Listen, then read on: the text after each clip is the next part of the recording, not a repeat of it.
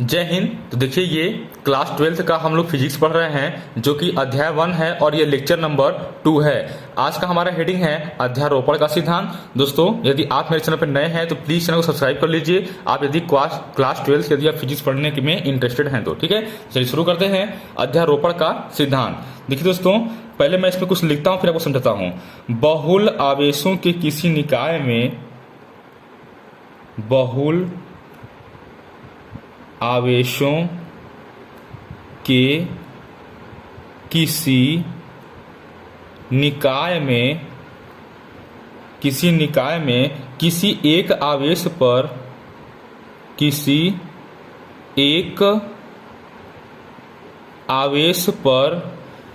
परिणामी विद्युत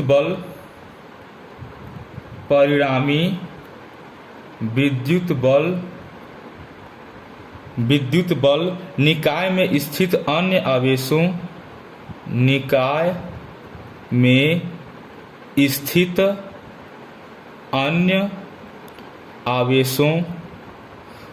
आवेशों द्वारा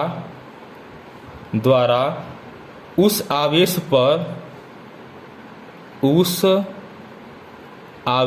पर लगने वाले बलों के सदिश योग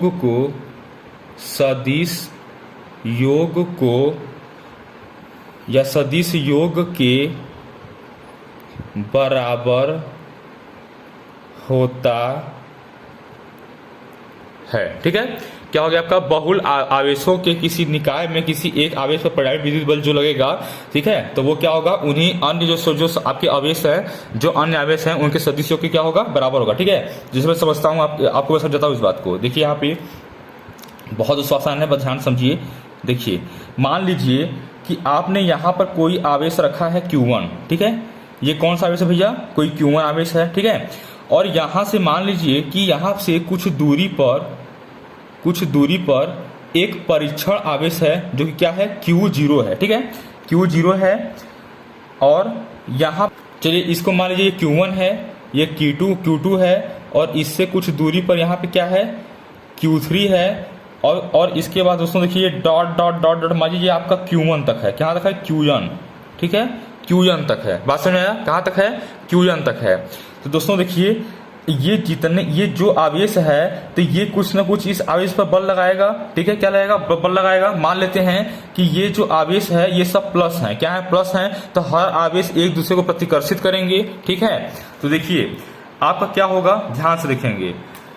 देखिए यहाँ पर ये जो Q2 बल लगाएगा Q1 पर ना, तो ये इस डायरेक्शन में लगाएगा, ऐसे लगाएगा। ठीक है, ये Q2 के द्वारा ये Q1 पर बल लगेगा तो कैसे लगेगा, ऐसे लगेगा। ठीक है, इधर लगेगा, और वो बल का मान क्या होगा, 1 पे लग रहा है। किस पे लग रहा है, 1 पे लग रहा है। किसके द्वारा लग रहा है, 2 के द्वारा।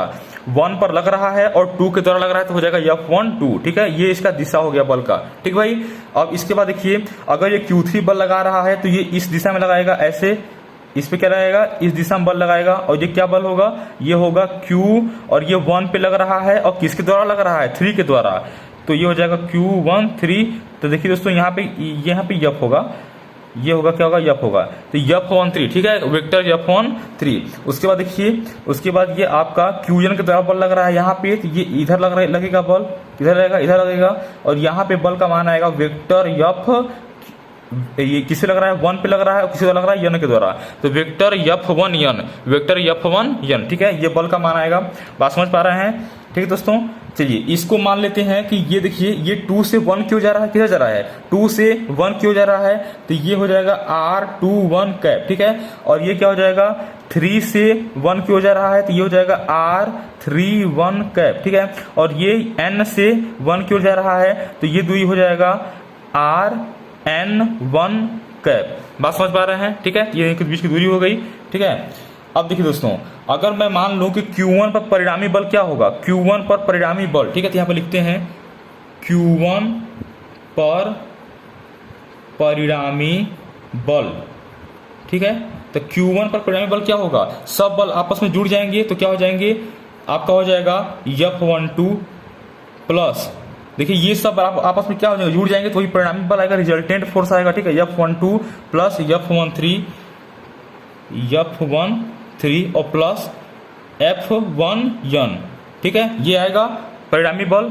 बात समझ पा रहे हैं, ठीक है। अब देखिए दोस्तों, इसको मान लीजिए प्लस डॉट डॉट हो जाएगा, ये plus dot dot dot dot और प्लस F1n, ठीक है, इसको ये मान सकते हैं आप। अब देखिए दोस्तों, अब आप इन सब का मान लिखिए, ठीक है। तो देखिए सबका मान क्या लिखेंगे, अगर मैं पूछूं कि F12 का मान क्या होगा, F12 का मान क्या होगा, तो देखिए इसका मान होगा 1/4 पाई एप्सिलॉन 0 और F12 निकाल रहे हैं आप यहाँ पे F12, तो इसके लिए एक ये है आवेश और एक आवेश ये है, यानी Q1 Q2 बटे के क्या हो जाएगा R बटे के R21, ठीक है, क्या हो जाएगा भाई R, यहाँ पे बीच की दूरी क्या है 21 है, तो R21 का स्क्वायर हो जाएगा, ठीक है, R21 का स्क्वायर। और यदि आप इसको वेक्टर फॉर्म में लिखेंगे तो दिशा भी लिखना पड़ेगा, तो दिशा हो जाएगा R21 कैप, क्या हो जाएगा R21 कैप, ठीक है। इसी प्रकार का F13 का मान लिखेंगे, F13 का मान, तो यहाँ भी क्या आएगा 1/4 पाई एप्सिलॉन 0 और F13 के लिए कौन आवेश है, Q1 है, Q3 है, तो हो जाएगा Q3 बटे के और इनके बीच की दूरी क्या है R31 का स्क्वायर, और इसका सदिश, अगर सदिश रूप लिख रहे हैं तो हो जाएगा R31 कैप, ठीक है, R31 कैप, ठीक भैया। अब इसके बाद देखिए, अगर आपसे कहा जाए कि अब आप F और क्या निकालिए 1n निकालिए, 1n, ठीक है, F1n निकालिए, तो हो जाएगा 1/4 पाई एप्सिलॉन 0 और यहाँ पे क्या हो जाएगा, यहाँ पे हो जाएगा आपका F1n निकाल रहे हैं, तो यहाँ पे Q1 आवेश और Qn आवेश है, तो हो जाएगा Q1 और Qn और बटे के इनके बीच की दूरी क्या है RN1 का स्क्वायर और सदिश रूप में लिख रहे हैं, तो हो जाएगा RN1 पर कैप, ठीक है। तो ये आपका हो जाएगा, ठीक भाई। अगर मैं कहूं कि ये समीकरण नंबर 1 था, ठीक है, तो इसको क्या मान लीजिए भैया आप, समीकरण नंबर 2 मान लीजिए, समीकरण नंबर 3 मान लीजिए और समीकरण नंबर 4 मान लीजिए, ठीक है। तो समीकरण 1 में, ठीक है, चलिए यहाँ पर लिखता हूं कि समीकरण 1 में समीकरण 2, 3 एंड 4 का मान रखने पर, ठीक है। तो इसके लिए आप क्या करेंगे, देखिए ध्यान से देखिए, यहाँ पर अब सबका मान रख दीजिए इस वाले समीकरण में, जो परिणामी बल आएगा, तो परिणामी बल क्या हो जाएगा भैया वेक्टर F, परिणामी बल क्या हो जाएगा वेक्टर F, तो वेक्टर F बराबर क्या हो जाएगा F12 का मान रख दीजिए यहाँ पे, तो F12 का मान रखेंगे तो हो जाएगा 1/4 पाई एप्सिलॉन 0, 1/4 पाई एप्सिलॉन 0 और क्या हो जाएगा यहाँ पे Q1 Q2 बटे के R21 का स्क्वायर, ठीक है, क्या हो जाएगा R21 का स्क्वायर और साथ में R21 पर कैप, ठीक है, plus 1/4 pi epsilon 0 into F13 का मान लिखवा रहे हैं आप Q1 Q3 और बटे के R31 पर स्क्वायर और इंटू R31 पर कैप, ठीक है, और plus dot dot dot dot dot और प्लस 1/4 पाई एप्सिलॉन 0 और इंटू Q1 बटे के RN1 का स्क्वायर और इंटू RN1 पर कैप, ठीक है। तो ये आपका आता है परिणामी बल, क्या आता है भैया परिणामी बल, ऐसे निकालते हैं सदिश रूप में, ठीक है। सदिश रूप में कैसे निकालेंगे, ऐसे निकालेंगे। तो ये किसका सिद्धांत है भैया, अध्यारोपण का सिद्धांत हो गया आपका, ठीक है। उम्मीद करता हूं कि आप इस बात को समझे होंगे, ठीक है। ये किसका सिद्धांत हो गया, अध्यारोपण का सिद्धांत हो गया, लीजिए आपको दिख रहा होगा, ठीक है, अध्यारोपण का सिद्धांत। चलिए आगे चलते हैं। देखिए भाई, हमारा अगला हेडिंग है वैद्युत बल तथा गुरुत्वाकर्षण बल में अंतर, ठीक है। हमारा अगला हेडिंग क्या है, वैद्युत बल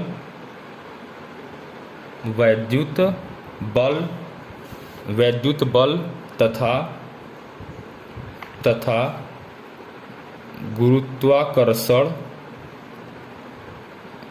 गुरुत्वाकर्षण बल में अंतर, ठीक है। तो चलिए एक तरफ मैं लिखता हूं वैद्युत बल एक तरफ मैं लिखता हूँ क्या, वैद्युत बल, और एक तरफ लिखता हूँ गुरुत्वाकर्षण बल। गुरुत्वाकर्षण बल, ठीक है। और बीच में आप ऐसे क्या करेंगे, पाई खींच देंगे। अब चलिए इसमें लिखते हैं। देखिए बड़ा आसान है, बस ध्यान से देखेंगे सब लोग। इसको ये उड़ रहा है पे, जरा मैं कैप लगा दूं।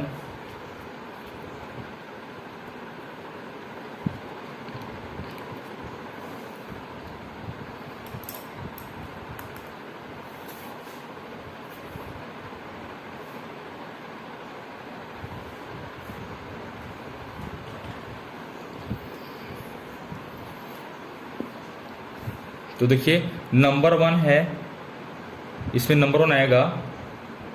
नंबर 1 क्या आएगा भाई, ये वैद्युत बल है, ये गुरुत्वाकर्षण बल, ठीक है। नंबर 1 कह सकते हैं कि जो बल का मान होता है वो होता है 1/4 pi epsilon 0 into Q1 Q2 बटे के आर स्क्वायर। किसके लिए होता है, वैद्युत बल के लिए, ठीक है। और गुरुत्वाकर्षण बल के लिए फार्मूला होता है F = G(m1m2) बटे के आर स्क्वायर, ठीक है। किसके लिए होता है, गुरुत्वाकर्षण बल के लिए होता है। नंबर 2 देखते हैं वैद्युत बल में कि आवेशों के बीच, इसमें जो वैद्युत बल लगता है किसके बीच लगता है, आवेशों के बीच, ठीक है। जो वैद्युत बल लगता है वो किसके बीच लगता है, आवेशों के बीच, ठीक है। लेकिन इसमें किससे लगता है, सभी द्रव्यमान वाले पिंडों के बीच। आपको पता है गुरुत्वाकर्षण बल कैसे लगता है, सभी द्रव्यमान वाले पिंडों के बीच, ठीक है। नंबर 3 देखिए वैद्युत बल में आकर्षण तथा प्रतिकर्षण बल। आकर्षण तथा प्रतिकर्षण बल, मतलब कि वैद्युत बल में आकर्षण बल तथा प्रतिकर्षण बल दोनों लगता है ना, लेकिन गुरुत्वाकर्षण बल में केवल आकर्षण बल लगता है, ठीक है। केवल आकर्षण बल, क्योंकि पृथ्वी जो गुरुत्वाकर्षण बल लगाती है वो केवल वस्तुओं को खींचती है, अपनी तरफ आकर्षित करती है ना, केवल आकर्षण बल, ठीक है। नंबर 4 देखिए वैद्युत बल में माध्यम पर निर्भर करता है। माध्यम पर निर्भर करता है, कहने का मतलब क्या है कि वैद्युत बल जो है वो माध्यम पर निर्भर करता है, लेकिन गुरुत्वाकर्षण बल करता है क्या, नहीं, ठीक है। माध्यम पर निर्भर नहीं करता, माध्यम पर निर्भर नहीं करता, ठीक है। नंबर 5 देखते हैं दो प्रोटॉनों के बीच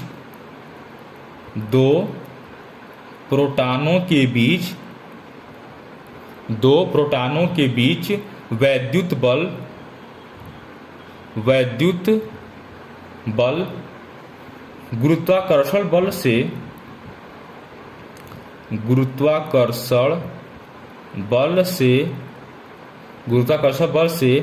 10⁻36 गुना बड़ा होता है। 10⁻36 गुना बड़ा होता है, ठीक है। यहां पे क्या होगा, गुरुत्वाकर्षण बल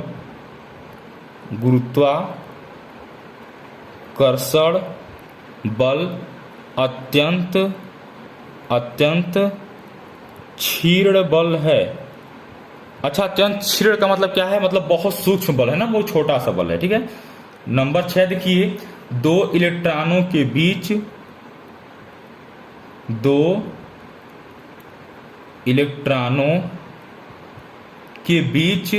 वैद्युत बल गुरुत्वाकर्षण बल से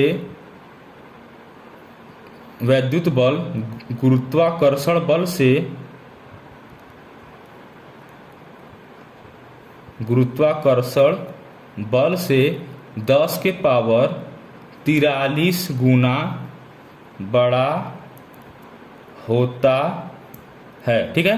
देखिए यहाँ पे प्रोटॉनों के बीच की बात करी गई थी, लेकिन यहाँ पे इलेक्ट्रॉनों के बीच की बात करी गई है, ठीक है।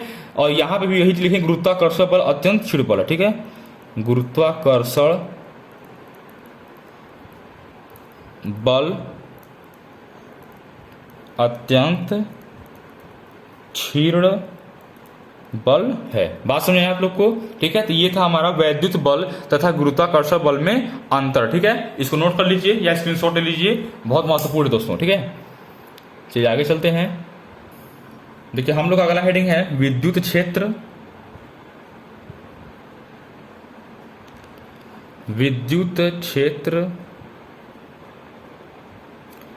तथा विद्युत क्षेत्र की तीव्रता। ठीक है, विद्युत क्षेत्र तथा विद्युत क्षेत्र की तीव्रता, electric field and electric field intensity ठीक है, तो ये चीज हम लोग को पढ़ना है। आइए पढ़ते हैं। देखिए सबसे पहले मान लीजिए कि ये एक प्लस क्यू क्या है, चार्ज है, आवेश है। ठीक है, क्या है, प्लस क्यू आवेश है, और इसके पास भैया अगर आवेश है तो कुछ इसका क्षेत्र होगा। क्या होगा, इसका कुछ क्षेत्र होगा। ठीक है, मान लीजिए क्या इसका क्षेत्र है। ठीक है, और मान लीजिए कि यहां पर एक परीक्षण आवेश रखा है, क्या रखा है, क्यू नॉट। क्या रखा है भाई, क्यू नॉट। बात समझ में आया? देखिए हमेशा परीक्षण आवेश धनात्मक होता है। बात को फिर से सुनिए, हमेशा परीक्षण आवेश क्या होगा, धनावेश होगा, धन चार्ज पे होगा। ठीक है, तो देखिए ये प्लस वाला इस प्लस पे कोई ना कोई एक फोर्स लगाएगा, बल लगाएगा, ऐसे मान लीजिए। ठीक है, बल लगाएगा। तो यहां मान लेते हैं कि जो विद्युत क्षेत्र की तीव्रता वो क्या है, ई है। क्या है, विद्युत क्षेत्र की तीव्रता क्या है भैया, ई है। ठीक है, तो यहां पर देखिए फार्मूला एक होता है Q बराबर आई टी। फार्मूला क्या होता है, Q बराबर आई टी। Q का मात्रक होता है कूलाम, आवेश का मात्रक क्या होता है, कूलाम। I का मात्रक होता है एम्पियर, और यहाँ पे T मतलब क्या है, समय। इसका मतलब क्या होगा, टाइम। ठीक है, टाइम यानी T। ठीक है, बात समझ में आया? अब देखिए यहां पर जो E है ये क्या है, विद्युत क्षेत्र की तीव्रता है। विद्युत क्षेत्र की क्या है भैया, तीव्रता है। ठीक है, और देखिए E बराबर होता क्या है, होता है F बटे क्यू नॉट। मतलब यदि आप उस परीक्षण आवेश पर लग रहे बल में परीक्षण आवेश से भाग दे देंगे ना, तो वो आ जाएगा विद्युत क्षेत्र की तीव्रता। क्या आ जाएगा, विद्युत क्षेत्र की तीव्रता। आप बल को भी सदिश ले लीजिए। ठीक है, तो इसका मात्रक क्या होगा, बल का मात्रक होता है न्यूटन, और आवेश का मात्रक क्या होता है, कूलाम। तो क्या हो जाएगा, न्यूटन प्रति कूलाम। ठीक है, और देखिए बल का बीमा होता है mLT−2, और आवेश का बीमा क्या होगा, AT। अभी बताया आपको क्या होगा, AT। ठीक है, अभी देखिए यहां बताया था बल, ये आपका आवेश का बीमा AT।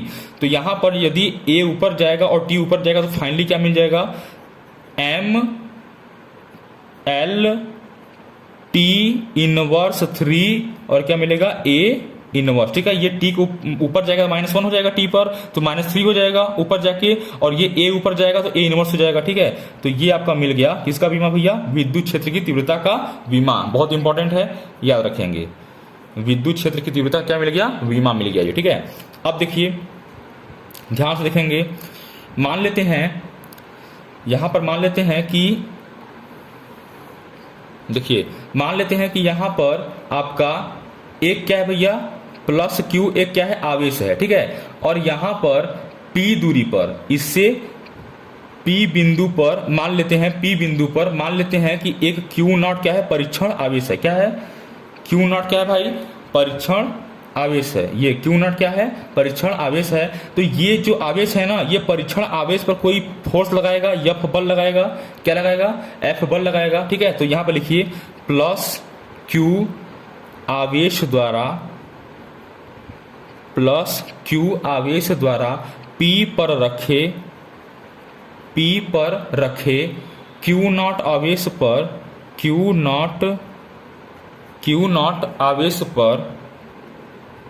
नॉट आवेश पर, ठीक है, लगने वाला बल, आवेश पर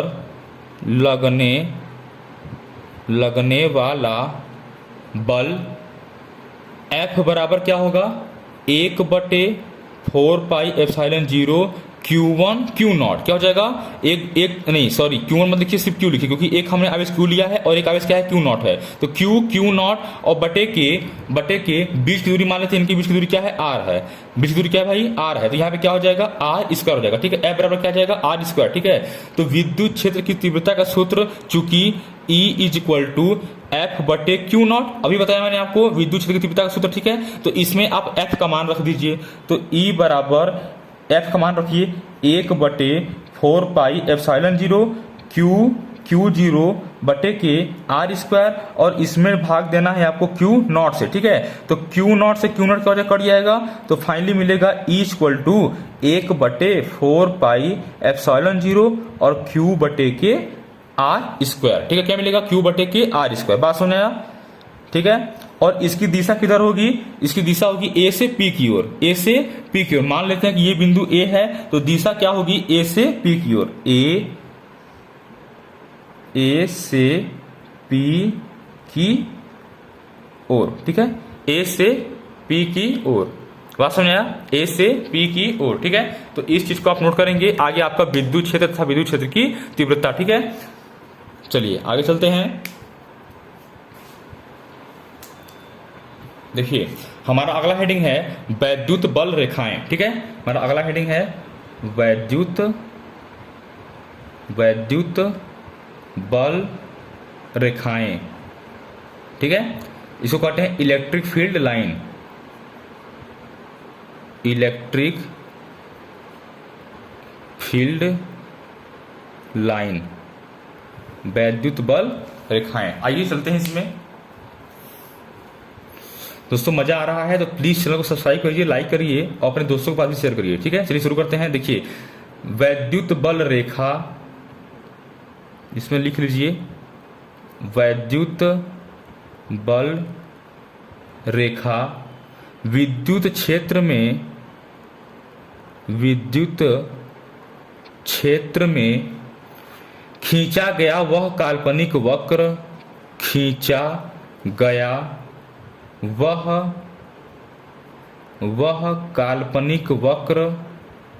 काल्पनिक वक्र है जिस पर एक स्वतंत्र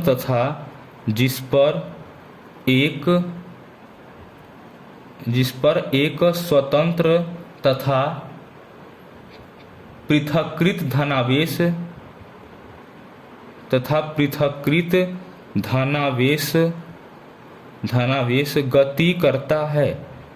गति करता है, ठीक है। तो देखिए आप इस बात को बहुत ध्यान समझिएगा। देखिए मान लीजिए कि ये आपका एक प्लस चार्ज है, क्या है, एक प्लस चार्ज है, ठीक है। तो प्लस चार्ज के तरफ अगर आप इस पास में एक परीक्षण आवेश रखेंगे, और आपको पता है कि परीक्षण आवेश क्या होता है, धनावेशित होता है, ठीक है। अगर आप इस परीक्षण आवेश को इधर रखेंगे तो इसके द्वारा फोर्स इधर लगेगा, ठीक है। अगर इसी परीक्षण आवेश को यहां रखेंगे, ठीक है, तो इसके द्वारा फोर्स इधर लगेगा। और यदि यहीं पे आप परीक्षण आवेश को यहां पर रख देंगे तो फोर्स इधर लगेगा। और यदि आप ऊपर रखते हैं तो फोर्स कहाँ लगेगा भैया, ऊपर की तरफ लगेगा। तो इसका मतलब ये हुआ कि जितने भी आपके जो धन आवेशित चार्ज होते हैं, इनसे जो आपके जो विद्युत बल रेखाएं हैं वो बाहर की ओर निकलती है। कहाँ निकलती हैं, बाहर की ओर निकलती हैं। अगर वही मैं निगेटिव की बात करूं, ऋणावेशित की बात करूं, तो अगर यहाँ पे अब आप परीक्षण आवेश रखते हैं ना, तो परीक्षण आवेश हमेशा प्लस होगा। तो अब ये क्या करेगा, माइनस वाला प्लस को बुलाएगा, यानी आकर्षित करेगा। तो इसके लिए अंदर की ओर होगा, ठीक है।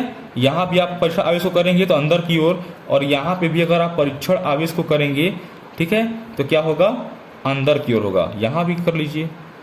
तो देखिए धन वाले चार्ज से आवेश से वैद्युत बल रेखाएं बाहर की ओर निकल रही हैं, लेकिन यदि ऋणावेश है तो वैद्युत बल रेखाएं अंदर की ओर आ रही हैं। बात समझ आया भाई। तो ये होती हैं वैद्युत बल रेखाएं। अब इस चीज को थोड़ा सा हम और समझते हैं। देखिए मान लीजिए कि ये आपका प्लस है और ये आपका क्या है, माइनस है। तो यहां से बल रेखाएं ऐसी निकली, प्लस से निकली, माइनस की ओर गई, ठीक है। ठीक है, बात समझ आया। यहाँ पे देखिए प्लस से निकली माइनस की ओर गई, तो इसका मतलब ये हुआ कि प्लस से निकलेंगी और माइनस की ओर जाएंगी, प्लस से निकलेंगी और माइनस की ओर जाएंगी। ठीक है, ये लीजिए प्लस से निकलेंगी और माइनस की ओर जाएंगी। ठीक है, ऐसे आप मान लीजिए इसको, यार ये पेन को क्या हो गया, ऐसे ऐसे, अरे जैसे आप चुंबक पढ़े हैं ना मैग्नेट, सेम वैसे है। ओहो, ये तीर तो अंदर की ओर आएगा भाई, ये तीर क्या होगा, अंदर की ओर आएगा, क्योंकि माइनस में हमेशा क्या होगा, वैद्युत बल रेखाएं अंदर की ओर आएंगी। ठीक है, अब देखिए ये आपका हो गई वैद्युत बल रेखाएं। यहां पर मैं आपको एक बहुत महत्वपूर्ण बात बताऊंगा कि विद्युत बल रेखाएं एक दूसरे को काटती नहीं है। ठीक है, अगर आप किसी भी विद्युत बल रेखाएं पर एक बिंदु ले लेंगे ना, तो अगर उससे आप एक स्पर्श रेखा आप खींचेंगे तो वही होता है विद्युत क्षेत्र की तीव्रता। ठीक है, बात समझ आया। तो विशेषताएं में आपने क्या सीखा कि विशेषता में ये हुआ कि यहाँ पे विद्युत बल रेखाएं एक दूसरे को काटती नहीं है। देखिए अगर ये मान लीजिए एक रेखा ऐसे है, एक रेखा ऐसे है, ठीक है, अगर ये रेखाएं अगर आपस में अगर काट देंगी तो क्या होगा, जहां पे काटी है वहां पे स्पर्श रेखा खींचिए, तो एक स्पर्श रेखा तो ऐसे खिंचाएगी ए ऐसे, इस रेखा के लिए तो विद्युत क्षेत्र की तीव्रता एक यह हो गया, और यदि इस वाले कर्व के लिए मैं खींचूं तो ऐसे खिंचाएगा ऐसे। ठीक है, तो यहां पर आप देख पा रहे होंगे दो विद्युत क्षेत्र की दिशाएं होंगी, जो कि संभव नहीं है। ठीक है, तो इसलिए विद्युत बल रेखाएं एक दूसरे को काटती नहीं है। बात समझ आया भाई। चलिए तो चलिए आगे शुरू करते हैं। अब इसके आगे चलते हैं। अगला हेडिंग है विद्युत द्विध्रुव तथा विद्युत द्विध्रुव आघूर्ण। ठीक है, ये बहुत ही छोटा टॉपिक है और बहुत ही आसान है। चलिए यहीं पे मैं कंप्लीट कर लेता हूं। ये लीजिए, हमारा हेडिंग है विद्युत द्विध्रुव, विद्युत द्विध्रुव तथा विद्युत द्विध्रुव आघूर्ण। ठीक है, विद्युत द्विध्रुव तथा विद्युत द्विध्रुव आघूर्ण। ठीक है, इसको कहते हैं इलेक्ट्रिक डाइपोल एंड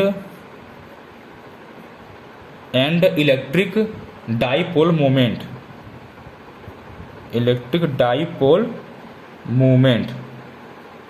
ठीक भाई, ये आपका हेडिंग है। ठीक है, अब देखिए यहां पर बहुत ही महत्वपूर्ण बात है, बहुत ध्यान समझेंगे तब आएगा। देखिए यहां पर क्या है, मान लेते हैं कि ये एक प्लस क्यू आवेश है, ठीक है, और यहां पर एक माइनस क्यू आवेश है, और इनके बीच की दूरी मान लेते हैं कि 2l है। क्या मान लेते हैं भैया, इनके बीच की दूरी मान लेते हैं क्या है, 2l है। ठीक है, इनके बीच की दूरी क्या है, 2l है। ठीक है, तो देखिए दोस्तों, ये जो आपका जो ये तीव्रता होगा ना, ध्यान से समझिए, विद्युत द्विध्रुव जो आघूर्ण होता है, विद्युत द्विध्रुव आघूर्ण, ये जो होता है इसको P से प्रदर्शित करते हैं, और ये जो होता है ना वो कोई एक आवेश हो और तथा उनके बीच की दूरी हो। ठीक है, कोई एक आवेश हो तथा उनके बीच की दूरी ही क्या कहलाता है, विद्युत द्विध्रुव आघूर्ण कहलाता है। तो फाइनली आपको मिल गया P = 2QL। क्या मिल गया भैया, P = 2QL।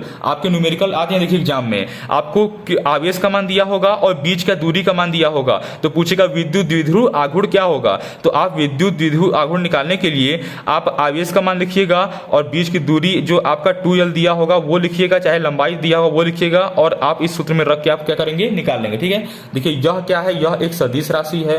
यह क्या है, यह एक सदिश राशि है, सदिश राशि है। ठीक है, इसकी दिशा ऋण आवेश से, इसकी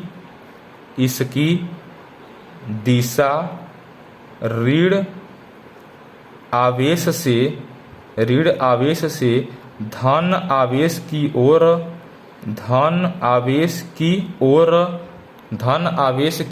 ओर होती है, धन आवेश की ओर होती है। ठीक है, तो ये आपका हो गया यहाँ पे विद्युत द्विध्रुव आघूर्ण, बहुत ही महत्वपूर्ण है, ये आपके एग्जाम में आता है। ठीक है, इसको नोट कर लेंगे। चलिए आगे चलते हैं। देखिए अगला आपका हम पढ़ेंगे, इसको नोट कर लीजिए या तो आप स्क्रीनशॉट ले लीजिए।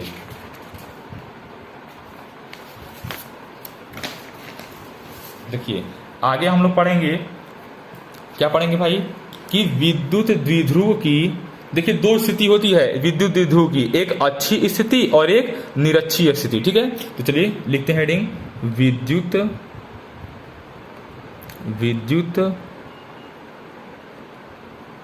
द्विध्रुव की अक्षीय स्थिति पर विद्युत क्षेत्र, ठीक है, बस समझे भाई, विद्युत द्विध्रुव की अक्षीय स्थिति पर विद्युत क्षेत्र, ठीक है। और इसका आप इंग्लिश भी लिख लीजिए, electric field on axial position,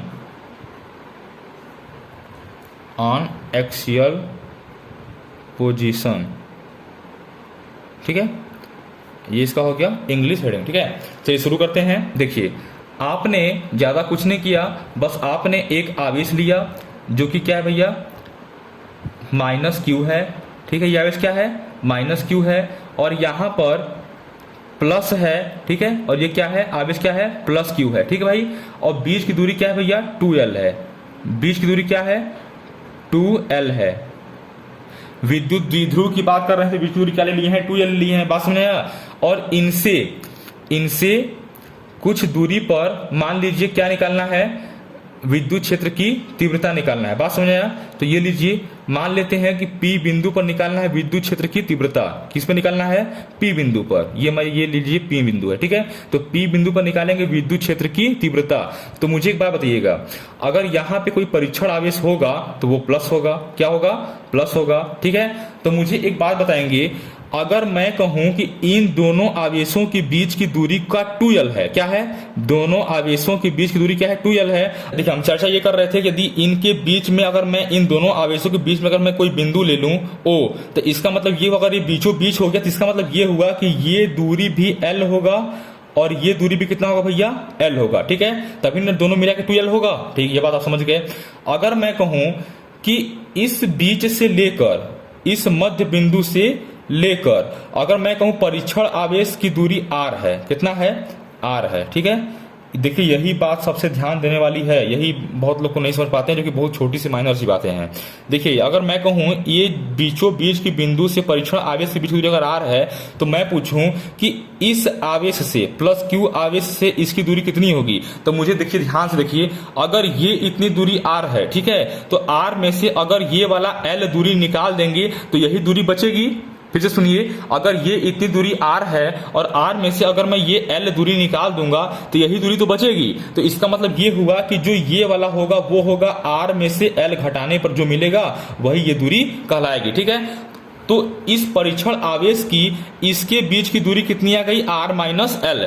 और इस परीक्षण आवेश से अगर मैं इस आवेश की बीच की दूरी ज्ञात करूं, यहां से देखिए, यहां जहां मेरी उंगली है, जहां हिल रही है उंगली, यहां से, तो यहां पे क्या आएगा, देखिए इतना दूरी तो r है ही, अगर इसी r में मैं इतना l अगर जोड़ दूंगा तो टोटल यहां से लेके यहां तक की दूरी आ जाएगी। इसका मतलब ये हुआ कि यहां से पूरी जो दूरी आएगी वो आएगी r + l। कितना आएगा भैया, r + l, ठीक है। तो ये बात देखिए, आप समझे हैं अच्छे से। अगर ये बात नहीं समझे तो प्लीज वीडियो को रिमाइंड कर लीजिए, फिर से पीछे कर लीजिए और फिर से समझिए इस बात को। तो चलिए मैं शुरू करता हूं अब कहानी। ये लीजिए, P पर, देखिए यहां बहुत महत्वपूर्ण, ये ध्यान दीजिएगा, P पर, ठीक है, +q आवेश द्वारा उत्पन्न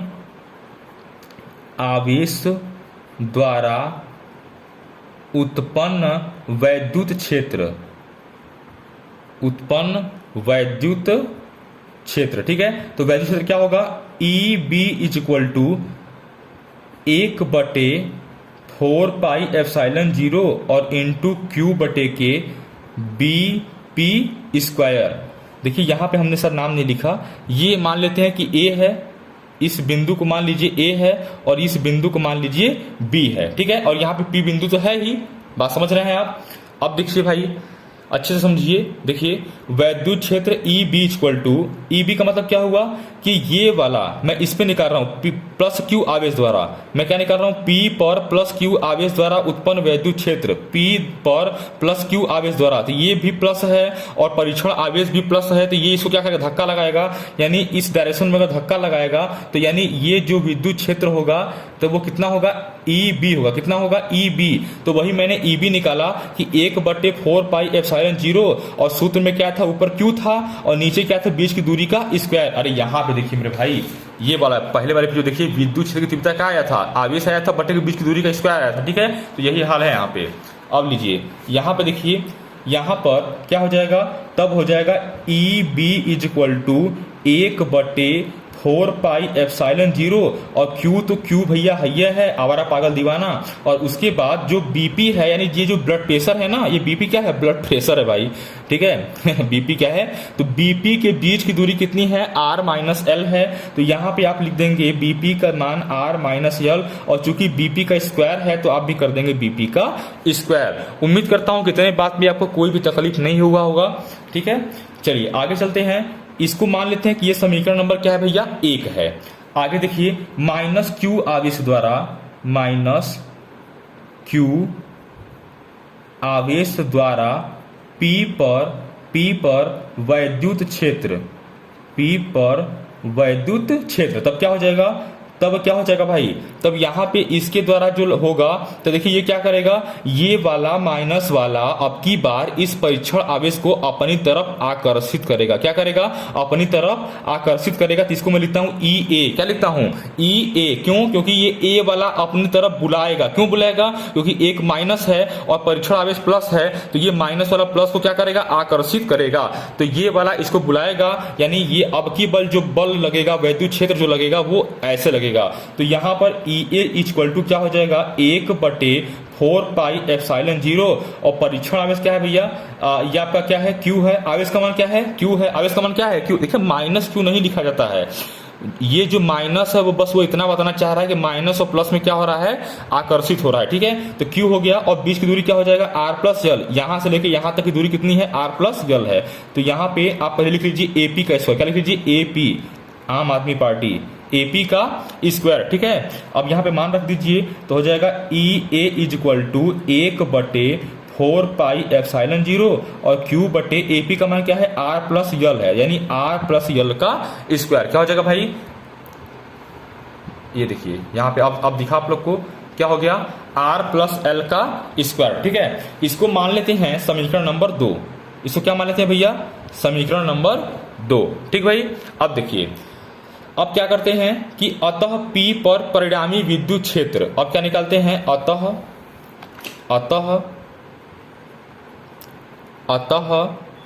P पर परिणामी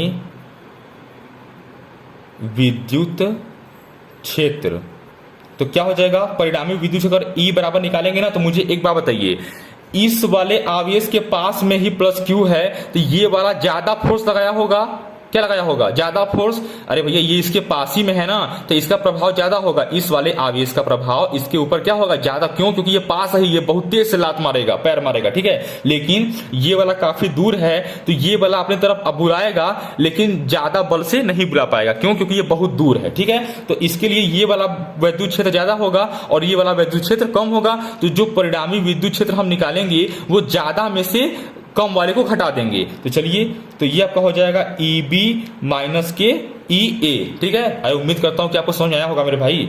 तो चलिए आगे चलिए, इसका मान रख देते हैं। तो E equal to E B का मान रखिए, ई बी का मान अभी आप क्या निकाले हैं, 1/4 पाई एप्सिलॉन 0 इंटू क्यू बटे के आर माइनस एल का स्क्वायर और माइनस फिर ई ए का मान रखिए, तो 1/4 पाई एप्सिलॉन 0 इंटू क्यू बटे के आर प्लस एल का स्क्वायर, ठीक है। समझ में आया आप लोग को। अब देखिए क्या करना है, इक्वल टू ज्यादा कुछ नहीं करना है, बस आप देखिए इसमें भी क्यू बटे 4 पाई एप्सिलॉन नॉट है, इसमें भी क्यू बटे 4 पाई एप्सिलॉन नॉट है, दोनों में से कॉमन कर लीजिए, तो हो जाएगा क्यू बटे के 4 पाई एप्सिलॉन नॉट कॉमन, बचेगा क्या, 1/r माइनस एल का स्क्वायर और माइनस यहां बचेगा 1/के r प्लस एल का स्क्वायर, ठीक है। तो हो जाएगा E बराबर क्यू बटे 4 पाई एप्सिलॉन नॉट, और इसको आप हल करेंगे तो क्या आ जाएगा मेरे भाई,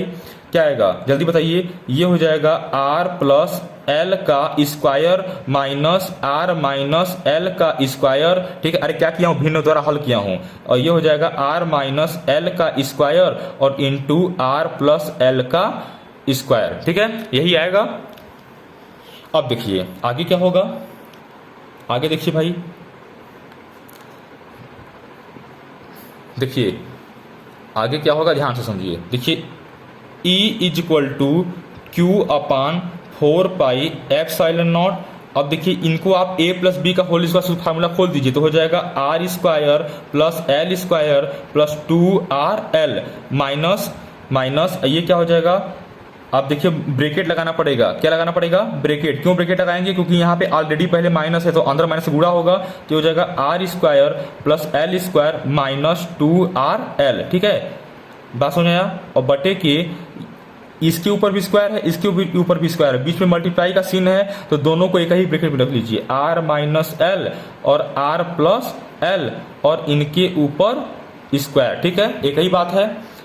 चलिए आगे चलिए, देखिए तो हो जाएगा E equal to Q upon 4 pi epsilon 0 और यहाँ पे देखिए क्या होगा, R square plus L square plus 2RL, अंदर माइनस से गुणा करके कोष्टक तोड़ लीजिए तो minus R square minus L square minus minus plus हो जाएगा तो प्लस 2RL और बटे क्या हो जाएगा, देखिए R minus L R plus L, ये फार्मूला बन रहा है, पहले कोष्टक में ए प्लस बी, दूसरे कोष्टक में ए माइनस बी, तो ये हो जाएगा R square minus L square पे स्क्वायर। समझ आया कि नहीं आया, ठीक है आया। चलिए अब देखिए यहाँ पे प्लस आर स्क्वायर है, यहाँ माइनस आर स्क्वायर है, कट जाएगा। यहाँ पे प्लस एल स्क्वायर है, यहाँ माइनस एल स्क्वायर है, कट जाएगा। ठीक है, बचा क्या, 2RL प्लस 2R यानी हो जाएगा 4RL। क्या हो जाएगा भैया, 4RL। ठीक है, तो चलिए इस चीज को अब यहाँ पे मैं समझाता हूँ आपको। तो यहाँ क्या आएगा finally, E is equal to क्या आ जाएगा, Q बटे 4 पाई एप्सिलॉन 0 और अंश में आ जाएगा 2 2 4 यानी आ जाएगा 4RL बटे के R square minus L square का स्क्वायर। बात समझ पा रहे हैं आप लोग, ठीक है। चलिए आगे देखिए, इसके बाद क्या कर सकते हैं, देखिए भाई ध्यान से देखेंगे सब लोग तब समझ में आएगा। देखिए आगे क्या करेंगे, देखिए अगर मैं कहूं, मैं ज्यादा कुछ नहीं कहूंगा, मैं बस ये कहूंगा कि E इज इक्वल टू, मैं कहूं कि इस Q का अंदर गुणा कर लें, क्या कर लें, इस Q का अंदर गुणा कर लेते हैं। ठीक है, तो क्या हो जाएगा, तो 1 बटे बाहर बचेगा 4 पाई एप्सिलॉन नॉट और अंदर हो जाएगा। अच्छा इस 4 को भी लिखता हूं 2 भाग में, 2 गुणे 2, क्या लिखता हूं, 2 गुणे 2। तो चलिए मैं 2 को पहले लिख लेता हूं, 2 गुणे 2 और उसके बाद क्या है, गुणे, ये Q का अंदर गुणा किया हूं तो Q हो जाएगा और अंदर क्या है, L गुणे R। देखिए चाहे RL लिखिए चाहे LR लिखिए, बात तो कही मेरे भाई। अब देखिए इसके बाद क्या बटे में क्या है, बटे में है R square minus L square का स्क्वायर, है कि नहीं है, तो बिल्कुल है। अब देखिए यहां पर आपको दिख रहा है 2QL, क्या दिख रहा है, 2QL और सब क्या है, गुणे के रूप में है। और अभी आपको मैं बताया था कि विद्युत द्विध्रुव आघूर्ण का जो फार्मूला होता है वो होता है P बराबर 2QL। यहां देखिए पिछले पन्ने पे अब बताया था आपको कि विद्युत द्विध्रुव आघूर्ण क्या होता है, P बराबर 2QL। तो ये बताइए जहां पे 2QL दिखेगा क्या वहां पे P नहीं रह सकते, तो बिल्कुल रख सकते हैं, इसमें कोई सोचने वाली बात नहीं है। तो चलिए यहां पे लिखिए चूंकि P is equal to 2QL इसलिए E इज इक्वल टू 1 बटे 4 पाई एप्सिलॉन नॉट और इनटू 2 तो पहले से ही है, ये 2 तो पहले से ही है। उसके बाद क्या है 2QL है, तीसरी जगह रख दीजिए P, क्या रख दीजिए P और उसके बाद क्या है गुणे R है और बटे के R square minus L square का स्क्वायर। बात समझ आया भाई, इतना तक तो किसी कोई दिक्कत नहीं होगा। अब देखिए क्या कुछ और किया जा सकता है, मुझे बताएंगे क्या कुछ और किया जा सकता है। तो अभी तक तो कुछ और नहीं किया जा सकता और यही आपका हो जाता है फार्मूला। यही क्या हो जाएगा आपका फार्मूला, क्या हो जाएगा मेरे भैया, फार्मूला। ठीक है,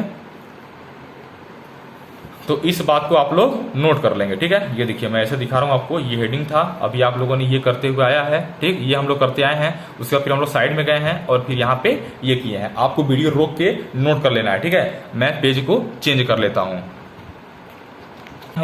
अभी हम लोगों ने क्या फाइंड किया, अभी हम लोगों ने फाइंड किया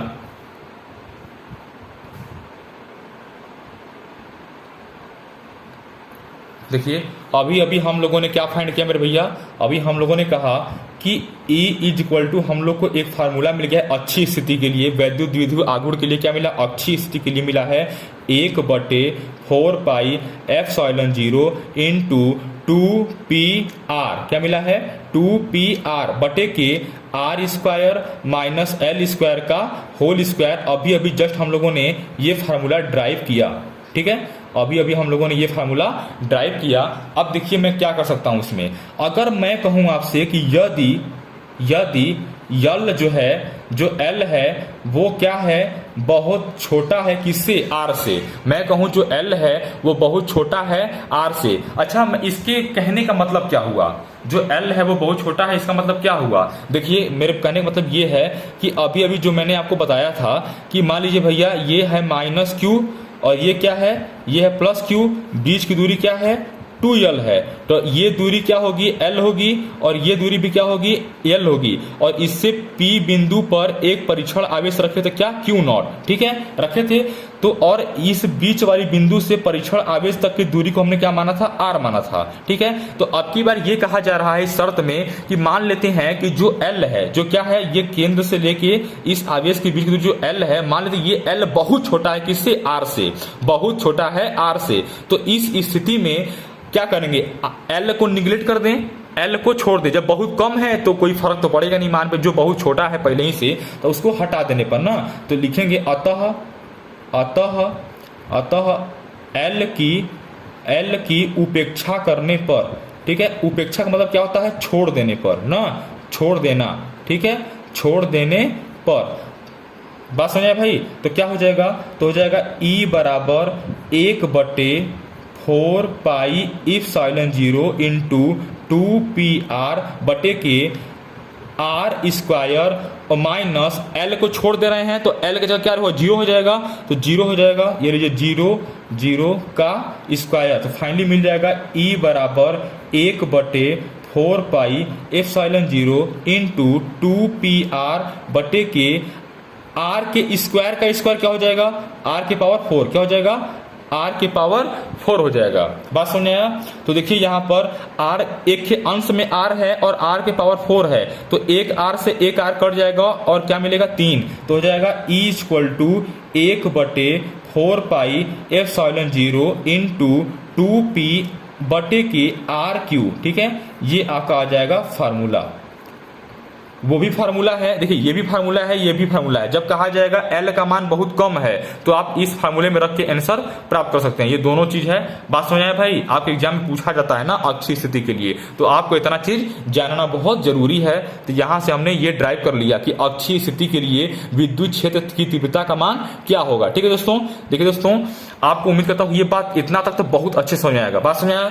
चलिए अगले वीडियो में हम क्या पढ़ेंगे, अगले वीडियो में हम पढ़ेंगे निरक्षी स्थिति। क्या पढ़ेंगे, इसका निरक्षी स्थिति, ठीक है। अगले वीडियो में क्या पढ़ेंगे, निरक्षी स्थिति। यहां तक आप रिवीजन कर लीजिएगा और हर चीज को आप नोट करते चलिएगा। देखिए दोस्तों, ये वीडियो 3-4 दिन के बाद आया है क्योंकि मैं थोड़ा सा खाली नहीं था, मैं थोड़ा सा बिजी था और सेटअप लगाने का टाइम लग गया मुझे, ठीक है दोस्तों अपने दोस्तों के पास इस वीडियो को जरूर शेयर किया करिए और अच्छा लगे तो लाइक करिए, सब्सक्राइब करिए, ठीक है दोस्तों। मिलते हैं अगली वीडियो में। जय हिंद।